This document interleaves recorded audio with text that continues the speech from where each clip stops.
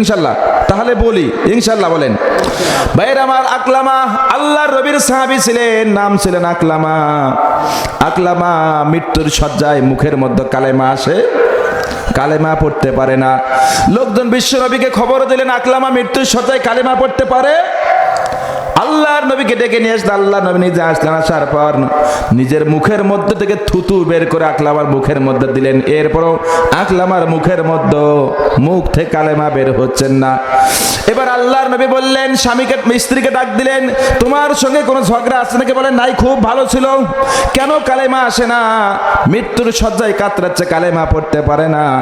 বিশ্বনবী বললেন, আকলামার মাকে ডাক দাও। আকলামার মা বুড়া মানুষ, চলে আসলেন। এবার বিশ্বনবী বললেন, তোমার আকলামা কেমন ছিল? কেমন ছিল? বলে ভালো ছিল। তোমার সঙ্গে ভালো ব্যবহার করেছে নাকি বিবির সঙ্গে করেছে? আকলামার মার মুখখানা মলিন হয়ে গেল। আকলামার মার মুখখানা মলিন হয়ে গেল। আল্লাহর নবী বুঝতে পেরেছেন বিবিরে ভালোবেসেছে, মারে ভালোবাসে নাই।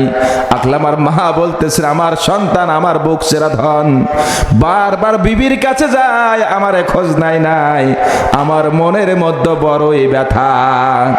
আল্লাহর নবী বললেন, সন্তানকে মাফ করে দেন, জাহান্নামে যাবে। আকলামার মা বলে, জীবন যাবে আমি মাফ করে দেব? মাফ করে দেব না। আল্লাহর নবী বললেন, আপনার আকলামা জাহান্নামে যাচ্ছে, মাফ করে দেন।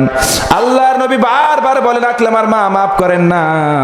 আল্লাহর নবী বললেন, সাহাবীদেরকে বললেন, লাকড়ি নিয়ে এসো, খড়ি নিয়ে এসো, সামনে জ্বালাও। আকলামার মা বলতেছেন, খড়ি দিয়ে কি হবে?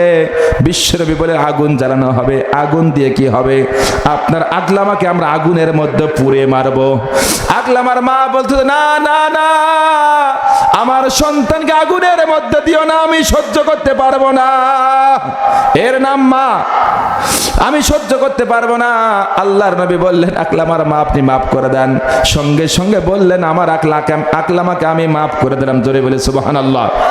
সঙ্গে সঙ্গে মা যখন মাফ করে দিয়েছে, সঙ্গে সঙ্গে আকলামার মুখ দিয়ে কালেমা জপা শুরু হয়েছে, লা ইলাহা ইল্লাল্লাহু মুহাম্মাদুর রাসূলুল্লাহ সাল্লাল্লাহু।